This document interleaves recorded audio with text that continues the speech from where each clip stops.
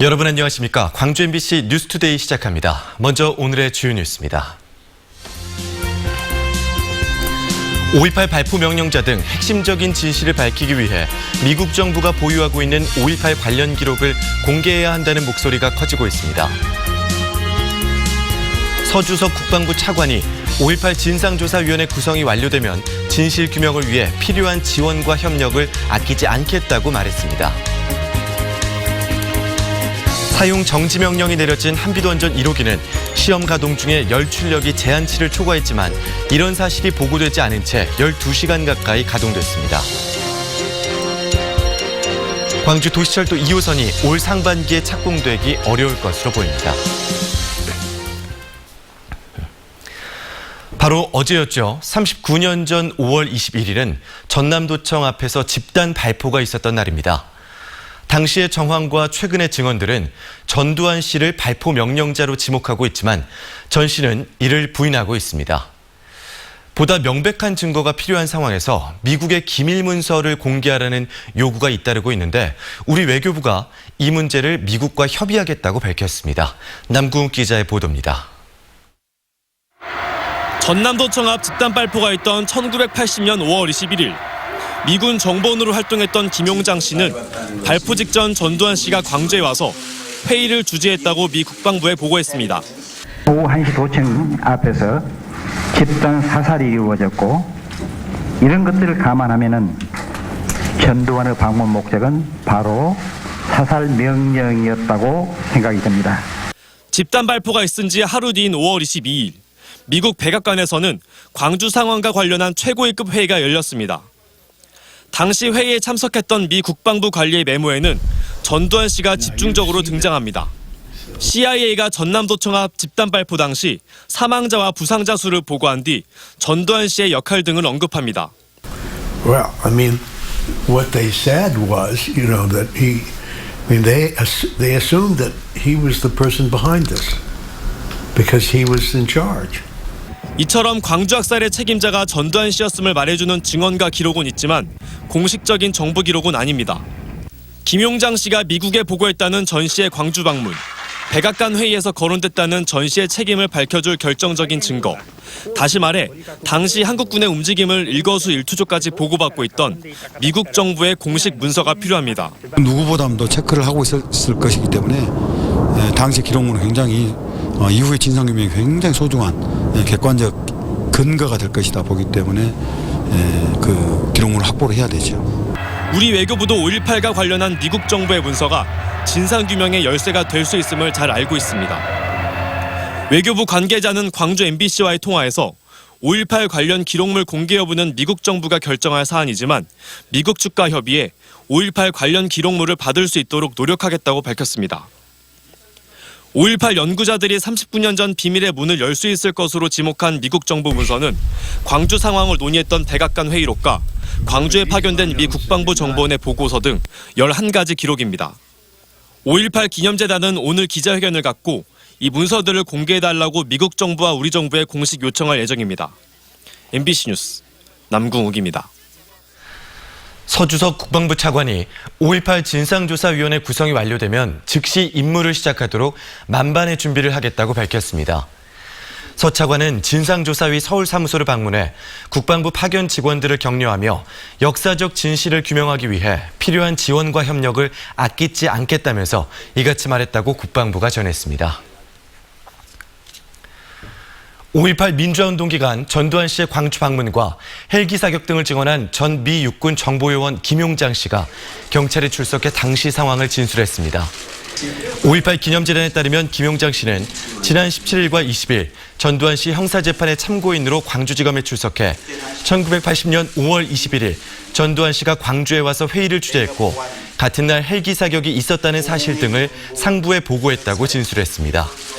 검찰은 헬기 사격을 봤다는 고 조비오 신부의 명예를 훼손한 혐의로 기소된 전두환 씨 재판에 김 씨의 진술을 증거로 제출할지 검토하고 있는 것으로 알려졌습니다. 오늘부터는 더 더워지겠습니다. 기온이 들쑥날쑥한 요즘인데요. 오늘 아침 광주의 기온은 12.9도, 한낮 기온은 27도로 아침 기온과 낮 기온 모두 어제보다 3도가량 높겠습니다. 그 밖에 전남 지역의 낮 기온도 28도 안팎까지 오르면서 평년 기온을 크게 웃돌겠습니다. 낮 기온은 높게 오르지만 아직 아침 기온은 10도 안팎에 머물면서 일교차는 15도에서 많게는 20도가량까지 크게 벌어지겠습니다. 큰 일교차에 주의하시기 바랍니다. 한낮에는 볕이 강하게 내리쬐겠고 오늘 광주 전남 전 지역에서 자외선 지수는 매우 높은 수준까지 치솟겠습니다. 햇볕이 강한 낮 시간대에는 되도록 그늘이나 실내에 머무시는 게 좋겠습니다. 고기압의 영향으로 오늘 대체로 맑은 하늘이 이어지겠고 미세먼지 농도는 종일 보통 수준으로 전망됩니다. 날씨 정보였습니다. 사용 정지 명령이 내려진 한빛원전 1호기는 열 출력이 제한치를 초과하고도 12시간 가까이 가동을 멈추지 않았습니다. 더욱이 한빛원전 측은 원자로 제어봉 조작이 정상적이지 않다는 것을 알고도 출력을 올렸던 것으로 드러났습니다. 우종훈 기자입니다. 재가동을 앞두고 시험 가동을 하던 한빛원전 1호기의 주급수 펌프가 멈춘 건 지난 10일 오전 10시 30분쯤. 원자력안전위원회 조사에 따르면 이때 1호기의 열 출력은 제한치인 5%를 3배나 초과한 18%로 높아진 상태였습니다. 한수원의 운영기술 지침대로라면 즉시 수동으로 정지됐어야 했습니다. 열 출력을 초과한 상태로 원자로 가동을 계속할 경우 핵연료의 온도가 지나치게 높아져 안전에 영향을 미칠 수 있습니다. 하지만 한빛원전은 원안 위에 주급수 펌프가 멈춘 사실만 보고하고 열 출력이 초과한 사실은 보고하지 않았습니다. 오후 4시 전문 조사기관이 1호기 급수 펌프가 멈춘 이유를 조사하러 와서야 열 출력이 제한치를 넘은 사실을 알았습니다. 가동을 멈춰야 할 시점을 이미 6시간이나 넘긴 이후였습니다. 저희는 이제 조사를 하는 과정에서 그걸 인지를 했고, 발전소는 자기네들은 계속 운영을 하는 관점에서 자기네들은 그게 넘지 않은 것으로 판단하고 있었기 때문에. 그 뒤에도 열 출력 측정값을 놓고 한빛원전과 조사기관이 논쟁을 벌이다 결국 급수 펌프가 멈춘 지 12시간 가까이 지나서야 원자로 가동을 정지했습니다. 무조건 보수적으로 가야 되는 거예요. 안전 아닙니까? 안전 규제기관이 그렇게 했다면 당연히 그 서는 게 맞습니다. 더욱이 한빛원전은 1호기 시험 가동 중 제어봉 조작이 정상적이지 않다는 사실을 알고도 무리하게 출력을 올린 것으로 조사됐습니다. 한빛원전은 이에 대해 열 출력 값을 측정하는 방식이 조사기관과 달랐을 뿐 의도적으로 은폐하려던 것은 아니었다고 말했습니다. 또 열 출력이 제한치를 넘긴 직후 곧바로 안정화돼 사고로 이어질 우려는 없었다고 해명했습니다. 원안위는 한빛 1호기의 관리자와 작업자 등을 상대로 수사를 벌여 관련 법령을 어긴 부분에 대해 처벌할 계획입니다. MBC 뉴스 우종훈입니다.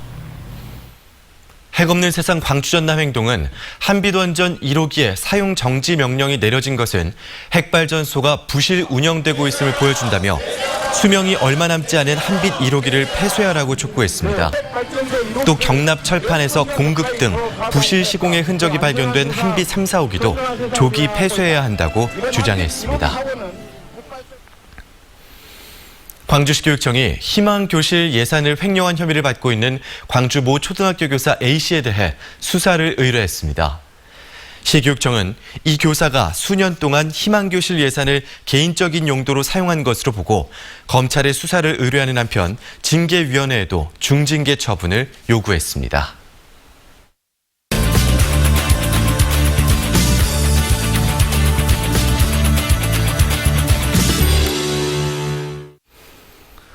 광주 세계 수영 선수권 대회가 불과 50여일 앞으로 다가왔습니다. 지구촌 최대 수영 축제를 성공적으로 치르기 위해서 대회 조직위원회가 바삐 움직이고 있는데요. 대회 조직위원장을 맡고 있는 이용석 광주시장과 대회 준비 상황에 대해서 알아보겠습니다. 시장님 안녕하십니까? 안녕하십니까? 네, 광주에서 개최될 이 세계 수영 선수권 대회에 대해서 우리 시청자분들께 간략하게 소개를 해주시죠. 예, 세계 수영 선수권 대회는 금년 7월 12일부터 광주에서 31일 동안 열리게 됩니다. 이 대회는 단순한 대회가 아니라 세계 200개 국가에서 15,000명의 선수와 임원이 참여하고 10억 명이 TV를 통해서 시청하는 국제 5대 메가 스포츠 중에 하나입니다.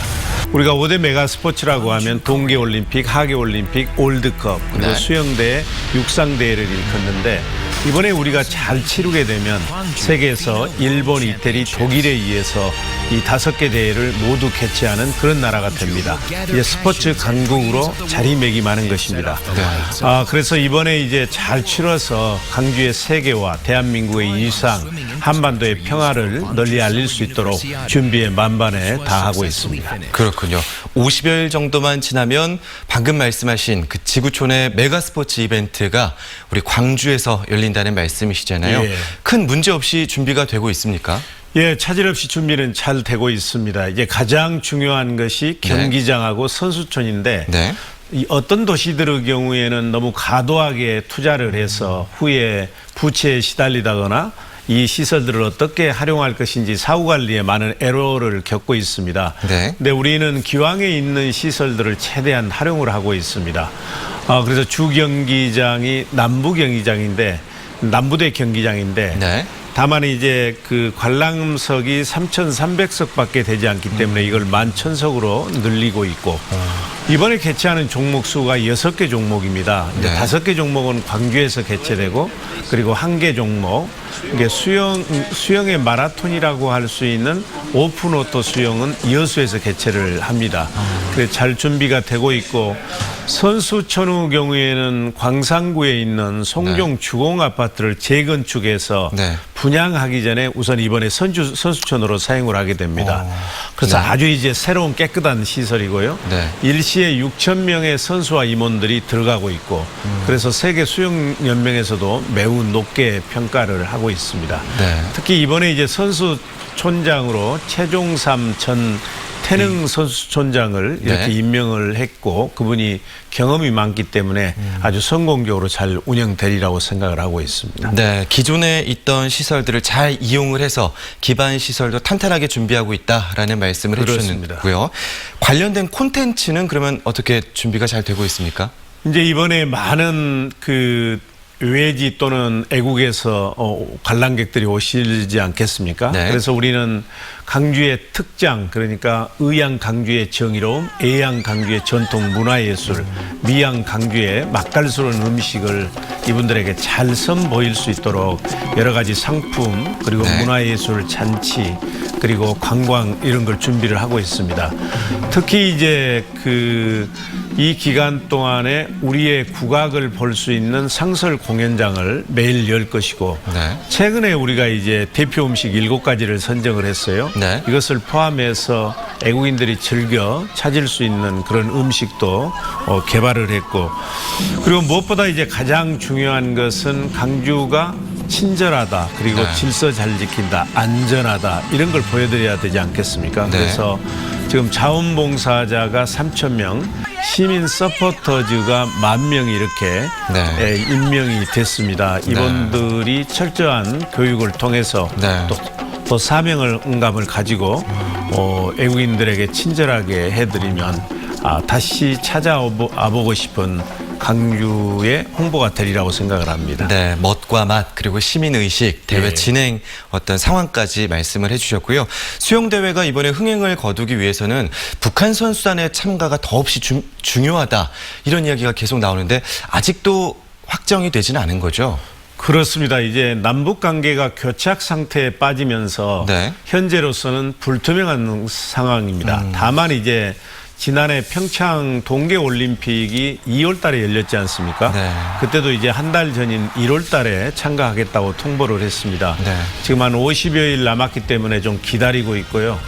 그렇지만 저희는 이제 다각도로 이 접촉을 요청을 하고 있습니다. 초청을 하고 있습니다. 그러니까 통일부 또 문화체육 관광부를 통해서 여러 차례 공식으로 요청을 했고 지난 2월 15일 날 스위스 로잔에서 우리 도종환 문체부 장관 네. 또 북한의 체육부 장관 IOC가 만났어요. 그때도 정식으로 요청하고 제 서한까지 보내놓은 상태입니다. 네.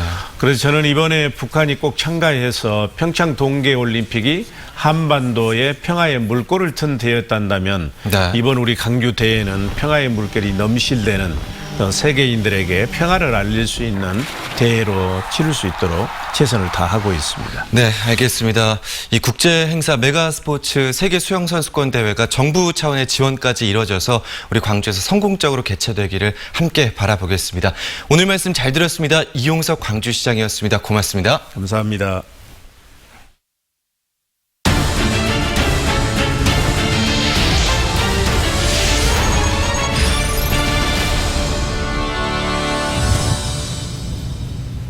어제 오전 11시 30분쯤 곡성군 옥과면의 한 도로에서 21살 오모 씨가 몰던 승합차가 뒤집어졌습니다.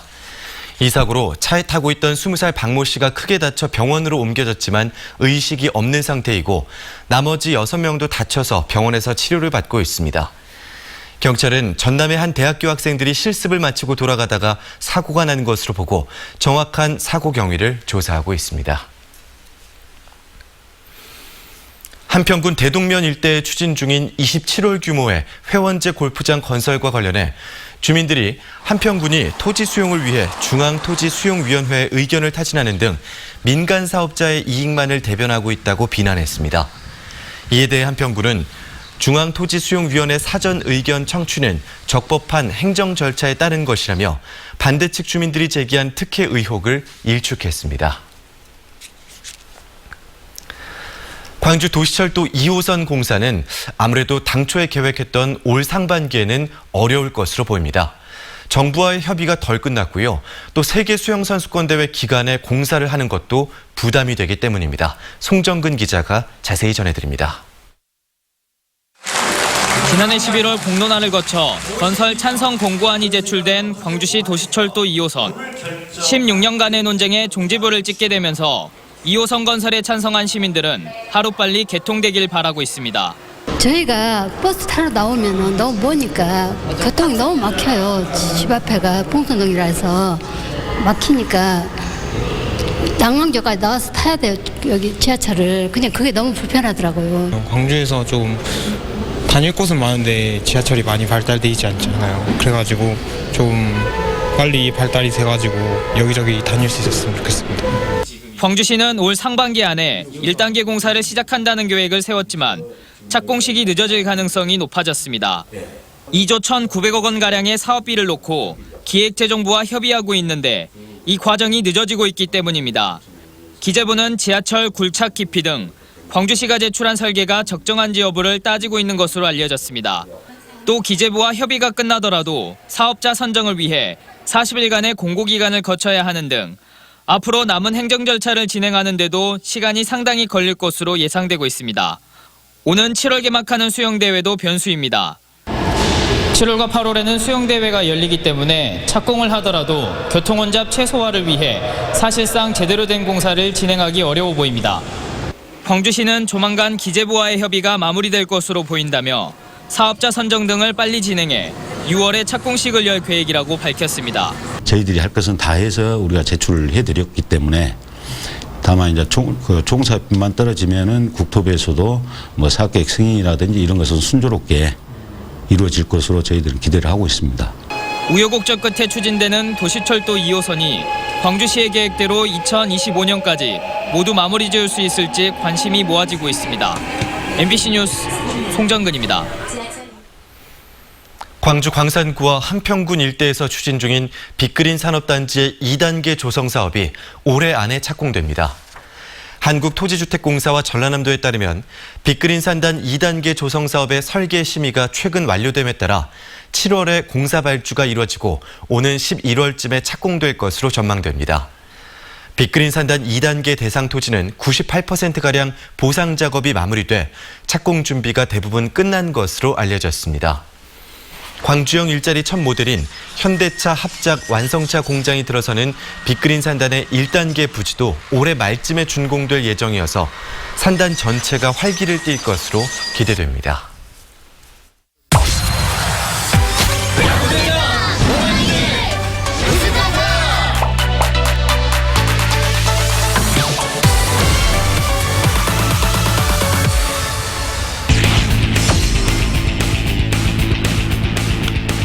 올렸습니다. 센터 쪽 중견수 뒤로 탐장 쪽 탐장 원바운드로 때렸습니다. 한 명의 주자 그리고 두 명의 주자가 홈으로 홈까지 들어옵니다. 가장 필요로 한 순간 자신의 역할을 했었잖아요. 멘트가 부러졌고 이 타자 라인 안쪽에 절묘하게 떨어집니다. 최무까지 홈으로 불러드립니다. 자 그리고 유민상 초구를 타격했습니다. 우중간 우익수 중견수 사이에 떨어집니다. 최무는 이제 스타트 타구를 확인했고 주자는 3루와 1루까지 위치하고 있습니다. 루카운트 바깥쪽 내렸습니다. 땅볼 타고 센터 쪽 빠지는 중견수 앞면타 3루자 득점 그리고 2루자까지 홈으로 들어옵니다. 2구 타격, 2루의 타격, 왼쪽 라인 안쪽에 빼볼 좌익수 왼쪽에 불렀습니다. 손아섭 그리고 전준호까지 두 명의 주자가 홈으로 자 전준호를 3루에서 멈춤지시를 받습니다. 김투수 하준영 초구 타격, ZN에 타고 약간 먹혔습니다. 그러나 떨어지는 안타 한 명의 주자 그리고 이대호가 홈으로 공도 홈으로 홈까지 홈에서 태그 아웃입니다. 자 피치아웃 주자로 뛰었습니다. 2루 갑니다. 2루에서 태그 2루 세이브 2루 세이브 5구 타격 센터 쪽 뚫었습니다. 중견수 왼쪽 안타 박찬호의 2타점 적시타 110번 밀어냈습니다. 우측을 향합니다. 우익수 중견수 그 사이에 떨어지는 안타 안치홍은 2루 먹고 3루까지 낮게 바운드볼 볼 튀었습니다. 3루자가 홈으로 적시타 없이 들어옵니다. 스윙 삼진 기아 타이거스가 롯데자이언츠를 물리치고 오늘의 경기를 승리합니다.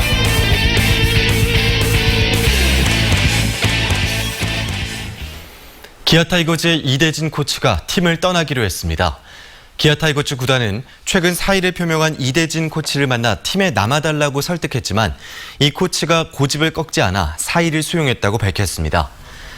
이대진 코치는 투수 코치로서 감독을 잘 보좌하지 못한 책임을 지겠다며 사퇴 의사를 전달했고 앞으로 공부하는 시간을 갖겠다고 말했습니다. 기아 타이거즈가 KT와 홈 경기를 치르는 오는 25일을 레이디스데이로 정하고 여성 팬들을 위해 다양한 이벤트를 진행한다고 밝혔습니다. 기아는 이날 입장하는 여성 팬 300명에게 선착순으로 경품을 나눠주고 제구 퀸 선발대회를 열어 1, 2위 팬에게는 시구와 시타 기회를 주기로 했습니다. 또 26일 경기는 패밀리데이로 정해서 경기 전에 외야 그라운드를 가족 팬들에게 개방하고 선수들의 사인회도 진행할 예정입니다. 세계 수영선수권 대회를 성공적으로 개최하기 위해서 광주 시민들이 힘을 모으겠다는 의지를 다졌습니다. 광주시는 5.18 민주광장에서 시민 3천여 명이 모임 가운데 제54회 시민의 날 기념식과 함께 수영대회 시민 서포터즈 발대식을 개최했습니다.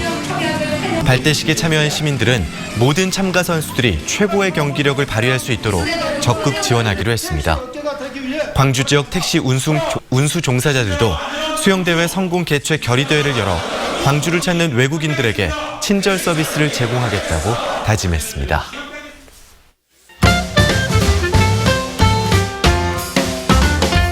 새 깃털로 전기를 생산할 수 있다는 전남대학교 연구팀의 논문이 유력한 국제학술지에 실렸습니다. 새 깃털이 기존 고분자 마찰 전기 소재들보다 더 넓은 마찰 면적을 가지고 있고 바람 속도에 따라 구조가 변하기 때문에 효율을 높일 수 있다는데요. 연구팀을 이끈 박종진 교수는 대학교 4학년 학생들이 논문 제1저자로 참여해 새로운 현상 발견 가능성까지 연 연구라고 의미를 부여하기도 했습니다. 일회용품을 줄이자는 목소리가 높은 요즘 광주 환경운동연합이 일회용품 대신 사용할 수 있는 다회용품을 무료로 빌려주겠다고 밝혔습니다. 스테인리스 컵 400개와 물통, 자원순환 홍보 현수막 등이 대여 대상인데요. 물품을 7일 이내에 원상 복구해 반납하면 되고요. 전화를 통해 신청할 수 있습니다. 우리 지역에서는 쉽게 보기 어려웠던 고려 감지금리 사경을 감상할 수 있는 전시가 화정이동주민센터 유갤러리에서 열리고 있습니다. 사경은 중생의 평화와 축복을 기원하는 신앙, 예술 창작품으로 고려 감지금리 사경은 왕실의 전유물이기도 했는데요. 불교 사경, 성경 사경 등 오랜 시간 정성을 들여 완성한 사경 작품들을 만날 수 있습니다. 광주시립교향악단 청소년음악회 클래식이 정말 좋아요 현대음악편이 23일 광주문화예술회관에서 열립니다. 뮤직 도슨트와 연극 배우가 스토리텔링 형식으로 음악들을 소개하는데요. 드뷔시 목신의 오후에의 전주곡을 시작으로 윤희상 실내 관현악을 위한 협주곡 단편, 아이브스 대답 없는 질문 등으로 꾸며집니다.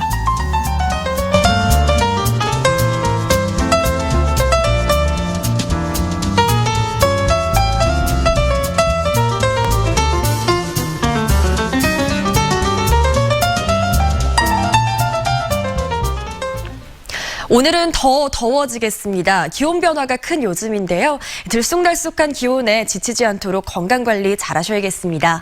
오늘 아침 광주의 최저기온은 12.4도로 시작했고 한낮 기온 27도 보이면서 아침 기온과 낮 기온 모두 어제보다 3도가량 높겠습니다. 그 밖에 전남 지역의 낮 기온도 28도 안팎까지 오르면서 평년 기온을 웃도는 날씨가 이어지겠습니다. 낮 기온은 높게 오르고 있지만 아침 기온은 아직 10도 안팎에 머물면서 일교차는 15도에서 많게는 20도가량까지 크게 벌어지겠습니다. 큰 일교차에 각별히 주의하시기 바랍니다. 한낮에는 햇볕이 강하게 내리쬐겠고 오늘 광주 전남의 자외선 지수는 매우 높은 수준까지 치솟겠습니다. 햇볕이 강한 낮 시간대에는 되도록 그늘이나 실내에 머무시는 게 좋겠습니다. 고기압의 영향으로 오늘 맑은 하늘이 이어지겠고요. 미세먼지 농도는 종일 보통 수준으로 전망됩니다. 자세한 지역별 기온 살펴보시면 광주의 현재 기온은 12.7도 보이고 있고요. 장성과 담양 8도 안팎으로 어제보다 3도가량 높게 시작하고 있습니다. 한낮 기온은 27도 안팎까지 오르면서 덥게 느껴지기도 하겠습니다. 목포의 낮 기온은 26도, 강진은 27도로 전망되고요. 곡성과 구리의 낮 기온 28도 안팎까지 오르면서 일교차는 20도 이상으로 크게 벌어지겠습니다. 바다의 물결은 전 해상에서 최고 1.5m로 비교적 잔잔하게 일겠지만 오늘 서해 남부 해상에서는 밤부터 안개가 짙어지겠습니다. 이번 주말까지 광주의 낮 최고 기온은 30도 안팎까지 오르겠고 월요일 한 차례 비가 쏟아지면서 고온 현상은 한풀 꺾이겠습니다. 날씨 정보였습니다. 이상으로 광주 MBC 뉴스투데이를 마칩니다. 함께해 주신 여러분 고맙습니다.